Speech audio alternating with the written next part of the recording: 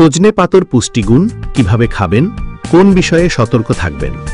সজনে আমাদের দেশের একটি জনপ্রিয় সবজি। সজনে বিভিন্নভাবে রান্না করা হয়। এটির বৈজ্ঞানিক নাম মোরিঙ্গা অলিইফেরা। সজনের পাশাপাশি সজনে পাতারও অনেক উপকারিতা রয়েছে। গবেষকরা সজনে পাতাকে সুপারফুড বলে থাকেন। সজনে পাতা বা মোরিঙ্গার উপকারিতা ও খাবার পদ্ধতি নিয়ে জানিয়েছেন মিরপুর ইসলামী ব্যাংক অ্যান্ড কার্ডিয়াক সেন্টারের পুষ্টিবিদ তাসরিয়ার রহমান। তাসরিয়ার রহমান জানান, সজনে পাতার মধ্যে রয়েছে বিপুল পরিমাণে খনিজ পদার্থ ও vitamin. Potassium, calcium, magnesium, zinc, vitamin A, vitamin C, এগুলো ছাড়াও প্রোটিন ও কার্বোহাইড্রেটও আছে এতে। অনেকগুলো পুষ্টি একসঙ্গে থাকার কারণে এটি শরীরের রোগ প্রতিরোধ ক্ষমতা বৃদ্ধি করে। প্রতি 100 গ্রাম সজনে পাতা থেকে পাওয়া যায় শর্করা 8.28 গ্রাম, ফাইবার 2.0 গ্রাম, স্নেহ 1.40 গ্রাম, প্রোটিন 9.40 গ্রাম, ক্যালসিয়াম 185 মিলিগ্রাম, লৌহ 4.00 milligram, magnesium 147 milligram, sodium 19 milligram, vitamin A প্রায় 378 মাইক্রোগ্রাম, ভিটামিন সি 51.7 মিলিগ্রাম। সজনে পাতার পুষ্টিগুণ, এটি রোগ প্রতিরোধে সহযোগিতা করে, হরমোনের ভারসাম্য বজায় রাখতে সাহায্য করে, পুরুষদের টেস্টোস্টেরন হরমোন বাড়াতে সাহায্য করে, প্রদাহনাশক হিসাবে কাজ করে, অর্থাৎ শরীরের বিভিন্ন ব্যথা দূর করে, পরিপাকতন্ত্রের বিভিন্ন সমস্যা যেমন খাবার সহজে হজম না হওয়া, পেটে অতিরিক্ত গ্যাস জমে থাকা, বুক জ্বালা ইত্যাদি সমস্যা কমাতে সাহায্য করে, হাড় ও দাঁতের সুরক্ষায় ভূমিকা রাখে। সজনে পাতায় প্রচুর ক্যালসিয়াম ও ফসফরাস রয়েছে, যা দাঁত ও হাড়ের গঠনের অত্যাবশ্যকীয় উপাদান। কোষ্ঠকাঠিন্য দূর করতে সাহায্য করে। সজনে পাতাতে রয়েছে ভিটামিন সি, যা অ্যান্টিঅক্সিডেন্ট হিসাবে কাজ করে। অ্যান্টিঅক্সিডেন্ট থাকায় এটি ত্বকে বয়সের ছাপ দ্রুত পড়তে দেয় না। সজনে পাতায় রয়েছে ভিটামিন এ, যা চোখ ভালো রাখতে সাহায্য করে।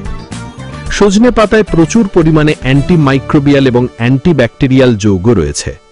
ত্বকের সংক্রমণ, মূত্রনালী সংক্রমণ এবং হজমের সমস্যার বিরুদ্ধে লড়াই করতে সাহায্য করে এটি। সজনে পাতা কিভাবে খাবেন? সজনে পাতা বিভিন্ন উপায়ে খাওয়া যেতে পারে। শাকের মতো ভেজে খাওয়া যেতে পারে বা সেদ্ধ করে ভর্তা করে খাওয়া যেতে পারে। তবে রান্না করলে ভিটামিন সি অনেকাংশে কমে যায়।